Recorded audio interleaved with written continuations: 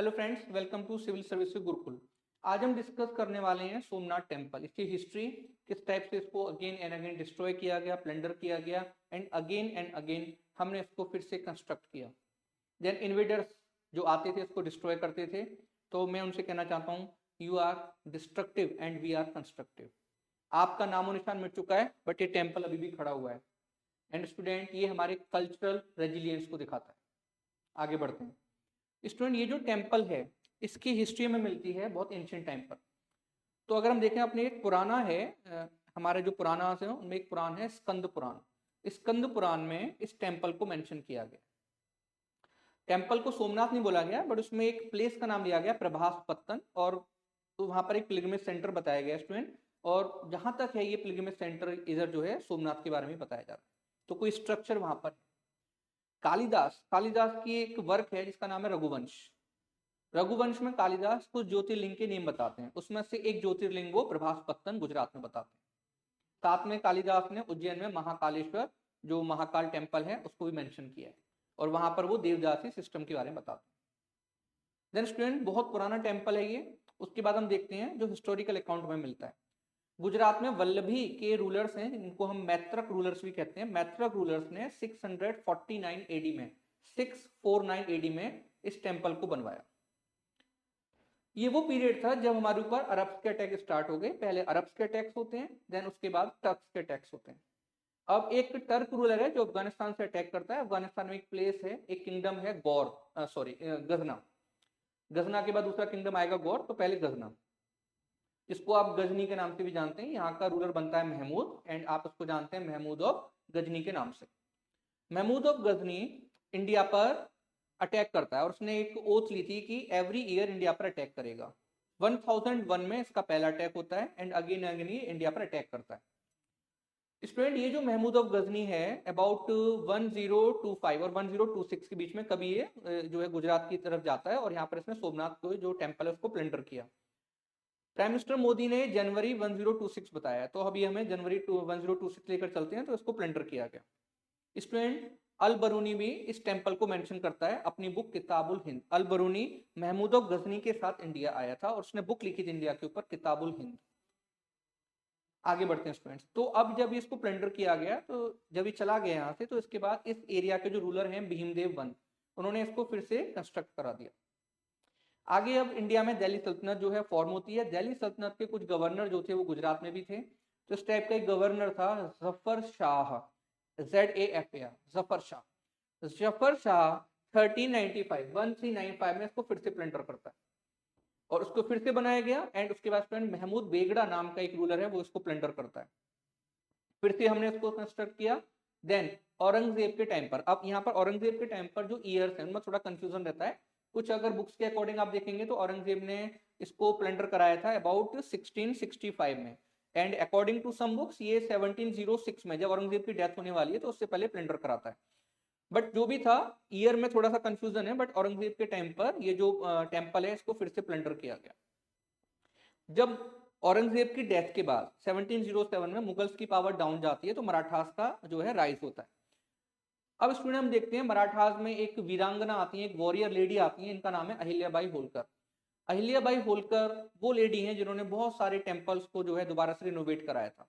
Then Ahilyabai Holkar ने about 1782 में जो सोमनाथ का टेम्पल है यहाँ पर एक स्ट्रक्चर खड़ा किया।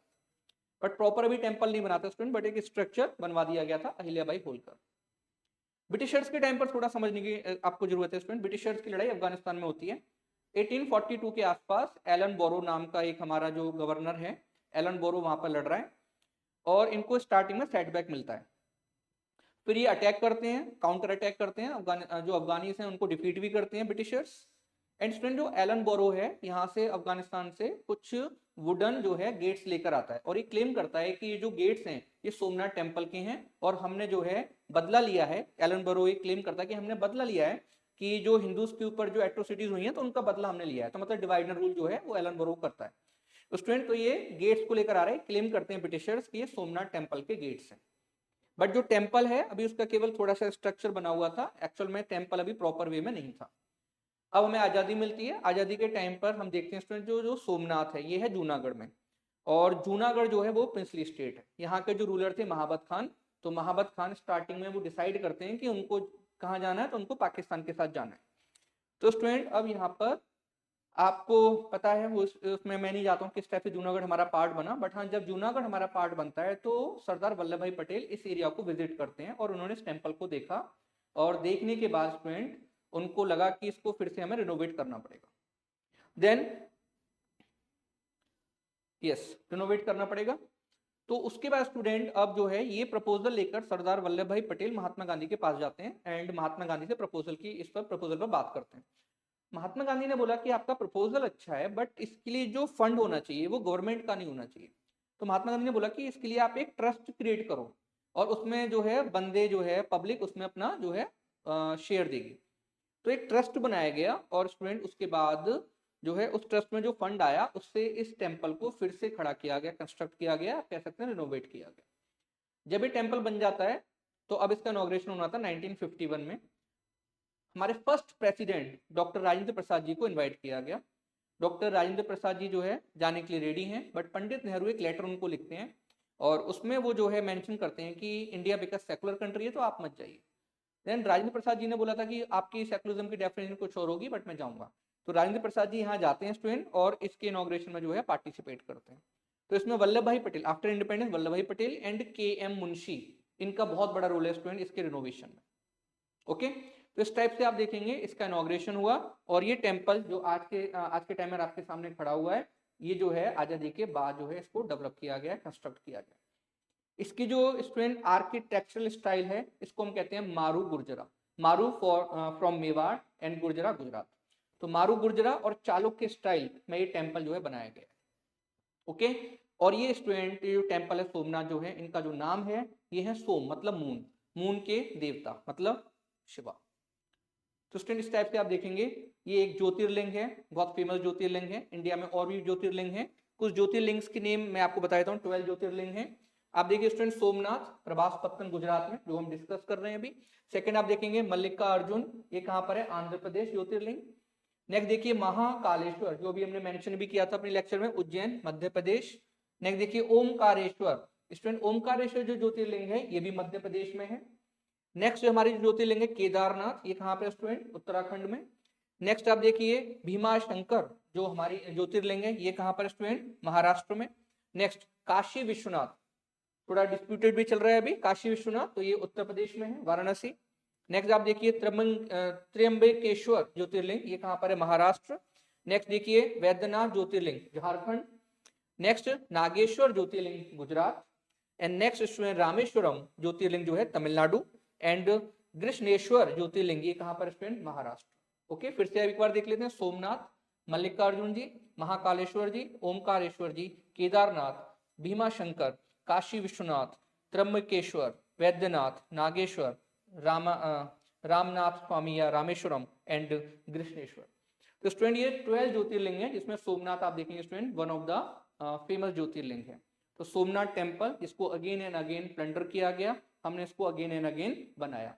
तो आप देखेंगे स्टूडेंट कि किस टाइप से इंडिया का जो कल्चर है उसमें एक रेजिलियंस है और ये इन्वेडर्स को बताता है कि आप तोड़ो हम बनाएंगे। ओके, चलिए आगे बढ़ते हैं।